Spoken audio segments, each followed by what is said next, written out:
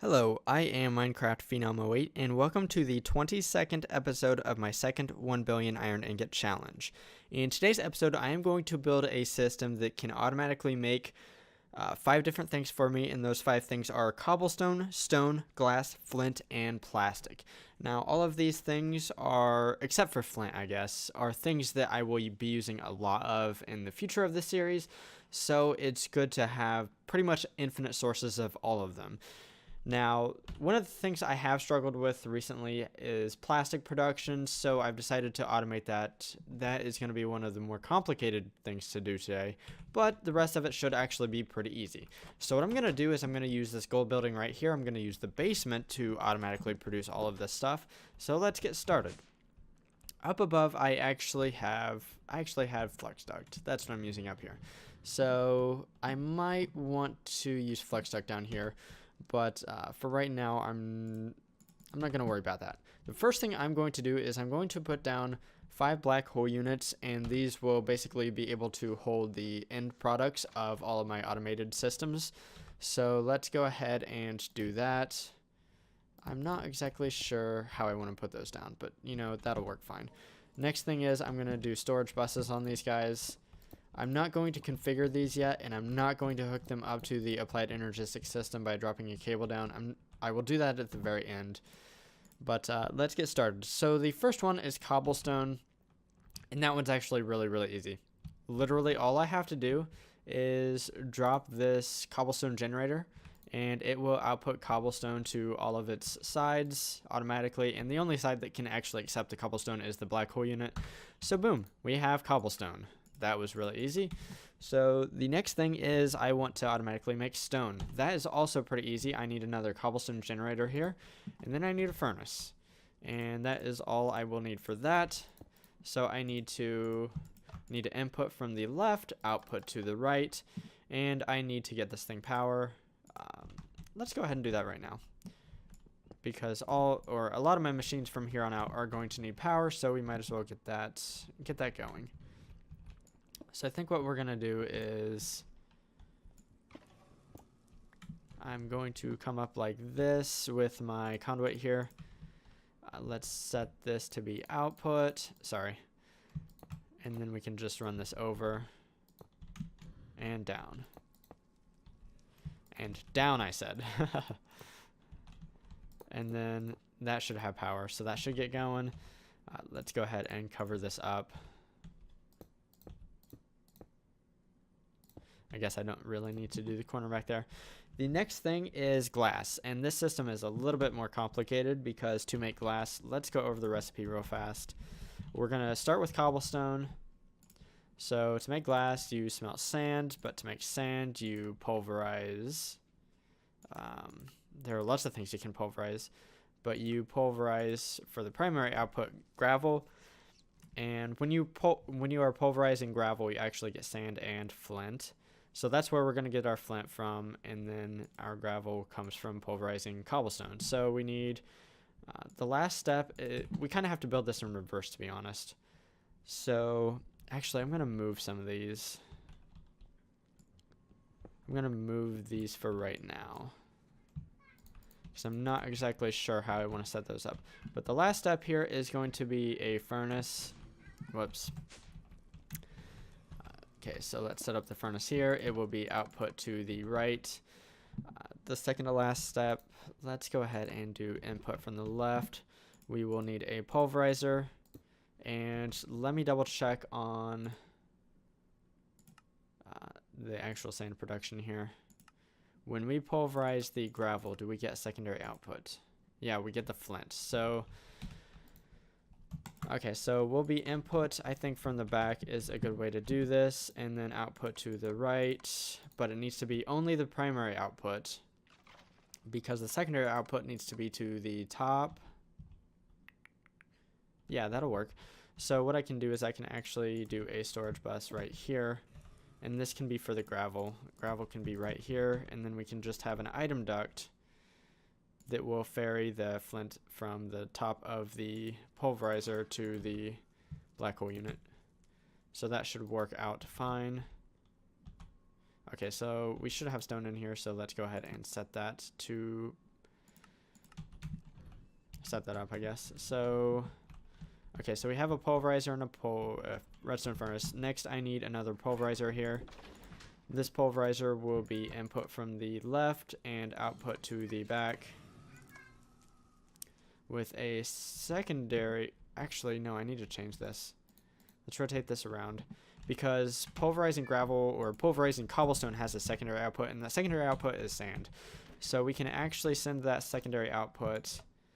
So actually I need the primary output to go into the pulverizer over here, the secondary output to actually make its way into the furnace.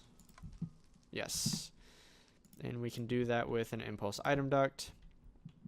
And actually, let's go ahead and input from the top here.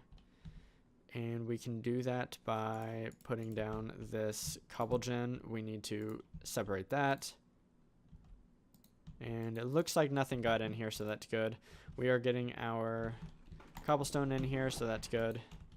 So let's actually get these machines powered. And we can do that really simply by digging down here. And I think right here, nope, it's right here. So actually, if we snake this, like so, all the machines should be powered now. So we should see cobblestone pulverizing into gravel here, and then gravel becomes sand, and sand becomes glass, which will be back here. Flint will be up here. So I should have grabbed some stone to clean things up, but that's okay. The last system is actually going to be the system for plastic, and plastic's a little bit more complicated to make because you need first you need a tree fluid extractor with dark or wood of some sort, and I should probably grab some extra wood if I have any over here. I'm not sure if I do or not. So let's see, do I have wood? I do not. So what I'm going to do is I'm going to go back to my old base real fast. I'm going to grab some wood. I'm also going to grab some stone just to so that I can clean some stuff up. And I shouldn't need too much of it, and I don't have a whole lot of it over here, but that's okay. So the other thing I was going to grab, and I totally am blanking now. Wood. Derp. So I actually have a decent system to make wood.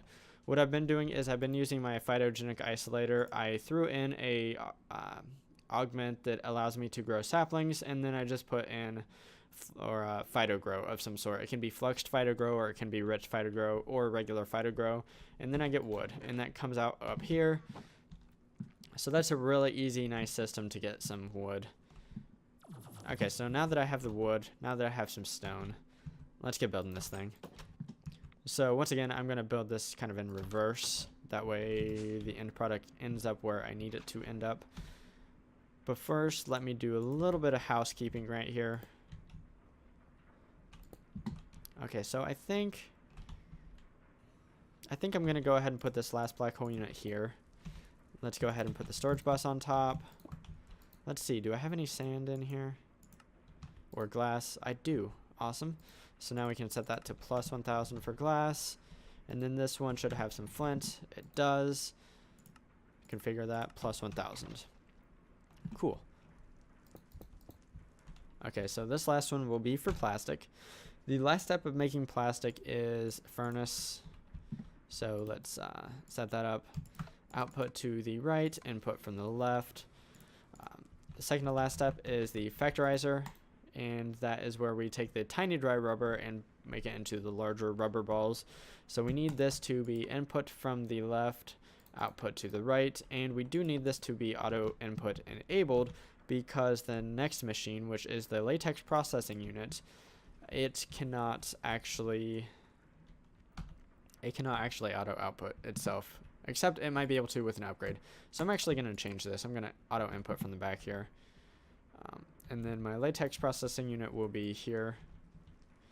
In the wall here, I'm going to stick the water source, and I'm using an infinite water source here from NuclearCraft.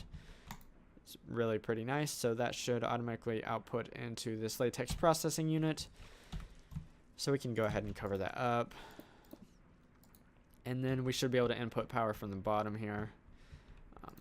And then to get the actual latex, we need a tree fluid extractor. And we can set that up to be... Okay, I made this a little bit tighter than I needed to. That's okay. I think it'll work out. Actually, I'm going to have to go this way. So this isn't going to be a pretty system by any means, but that's okay. So the tree fluid extractor goes here. I actually need some fluid duct to get the fluid into the latex processing unit. And I have a servo right here. Let's turn that on. Let's actually go ahead and put down a block of wood so that this thing can get working. And then this thing can get working as well. Actually, it can't because it doesn't have power. That's my bad. So anyways, let's do the block placer next. And I need to spin that around. That should be facing the right direction now. Let's go ahead and put our wood in. This will automatically place the replacement dark oak wood block once this gets used up. So basically, all I have to do every now and then is come back down here and replace the dark oak wood. If I really wanted to, I could also automate that. But for right now, it's going to provide more than enough of the plastic this way, so I'm not going to worry about it. Last thing is, I should probably hook these things up to power, once again because they need it. So let's go ahead and go down here. Okay, so that is the end of the line there. I do want to put a facade right here. And then we need to run power right here as well. Oh, did I need to? I didn't super need to do that, but I did. Oh well, that should work. So I think everything should have power that needs power. Latex processing has power. Redstone furnace has power. Block placer has power. Is this automatically set, or is this set up correctly? It looks like it is. Looks like we got some dry rubber from the little itty bitties. And now we have plastic. Cool. So now I can set that up to partition to what's already in there and then set it to priority 1000. Now that everything is all ready, let's go ahead and hook these guys up. So we just have to run a cable up, and let's do it right there. And then all of these devices should hook up eventually. Right now they say device missing channel. Now they're online, so that's cool. So let's go ahead and take a gander at how much stuff I have already. So obviously this system won't make stuff really, really fast, but the thing is, it will make stuff all of the time. So over a long period of time, since my server's always on, it will make a lot of stuff for me. So I kind of think this is a good wrapping up point. I know I didn't do a whole lot in this episode, but it's actually really useful what I did do, because especially the plastic and the stone. I use a lot of stone. I always need it. So having an infinite source of that will be super, super nice. So in today's episode, I set up a system down here in the gold building that can automatically make cobblestone, stone, glass, flint, and plastic pretty much at will. The only thing that's not fully automated is the plastic, but that wouldn't be too hard to fully automate. I can just run this cable over, export bus, dark oak wood. But the thing is, I like to have a little excess dark oak wood on me, so I'm not going to do that right now. But yeah, I'm really happy with this. I'm going to get a lot of stuff from the system. So anyways, if you liked today's episode, definitely give it a like. And if you enjoy automation in modern Minecraft, definitely consider subscribing to my channel if you haven't already. Anyways, signing off, I am Minecraft Phenom 08, and I will see you next time.